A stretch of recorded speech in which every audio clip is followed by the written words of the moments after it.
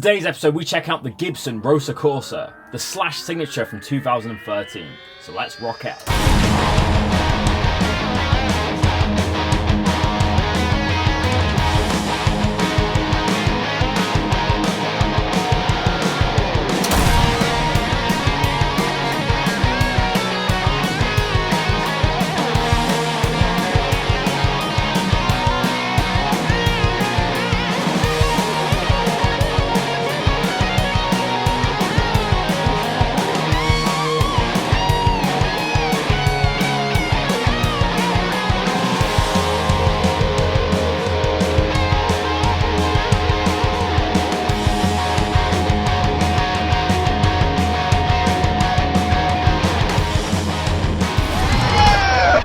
Hey guys, welcome back to Squealing Pig Guitars, the home of luxury shred machines here in Nottingham, England, and it's the start of a new week, so we have lots of new stock in. The first guitar we're going to show you this week is the Slash Rosso Corsa signature from 2013. So guys, I've got the case down here on the ground now. As you can see, we have the Scully logo on this case. This is Slash's logo basically, and he actually drew this himself as he's an artist, and we have the signature there.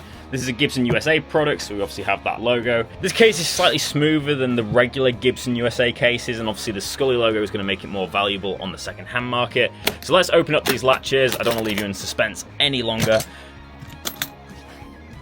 I've been lusting over this guitar since I was in my teenage years. I remember when it was released and seeing the Andertons video that promoted it, and really wanting to give it a go because of the awesome, unique red colour and the zebra pickups. In 2013, Gibson released two red signature Slash guitars. The first was the Rosso Corsa, which was this one, limited to 1200 units, and we also had the Vermilion, which was a slightly lighter shade of red.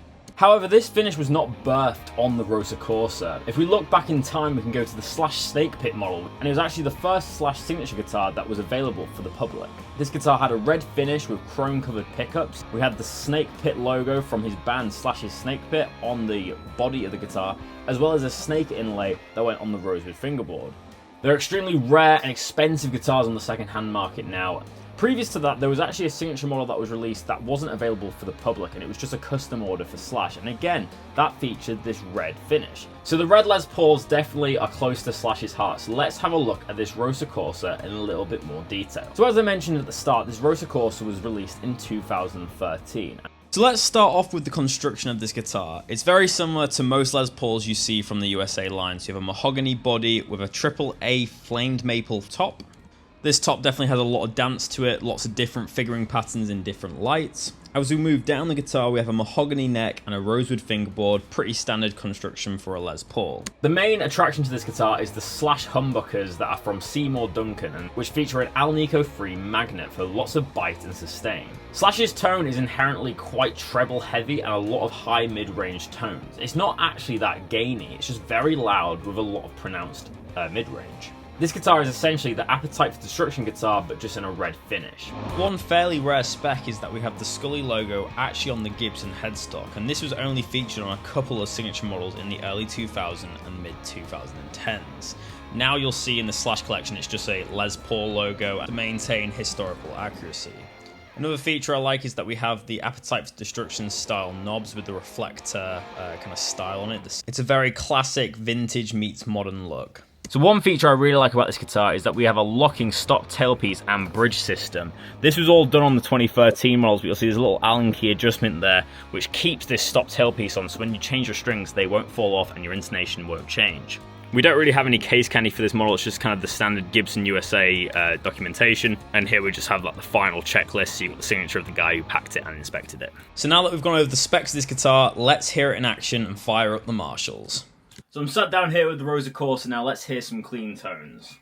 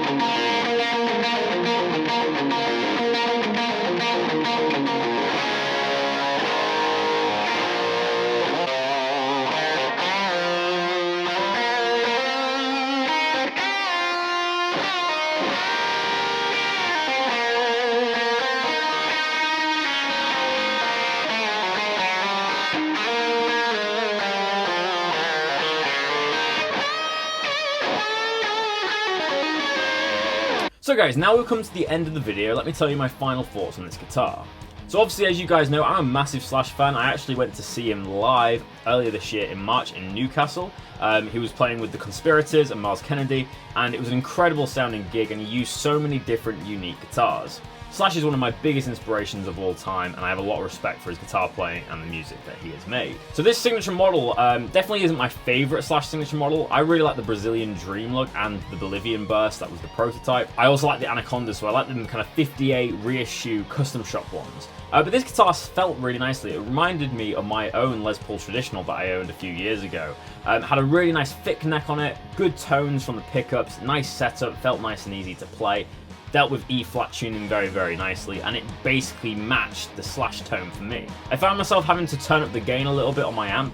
I felt like these pickups weren't very high output at all, and they weren't very bitey, which I'd say on the custom shop models, they tend to have a little bit more bite, ironically, even though they're lower wound pickups. In terms of the finish, I really dig the finish. I think it looks amazing. My only criticism of this guitar is just how heavy it is. It's a very heavy guitar indeed, definitely coming in way over 9 pounds. And when I played standing up, I didn't really notice a problem. It kind of balanced quite well. Maybe that was intentional because obviously Slash plays standing up pretty much all the time, so maybe it was made to be a heavier guitar. But other than that, this is a great example of a Slash signature from 2013. So guys, let me know in the comment section below what you think of this guitar. Do you like it or do you not? Let me know down below. And if you own a Slash signature guitar, let me know in the comment section below. Whilst you're down there, make sure to leave a like and hit the subscribe button to see more of our content.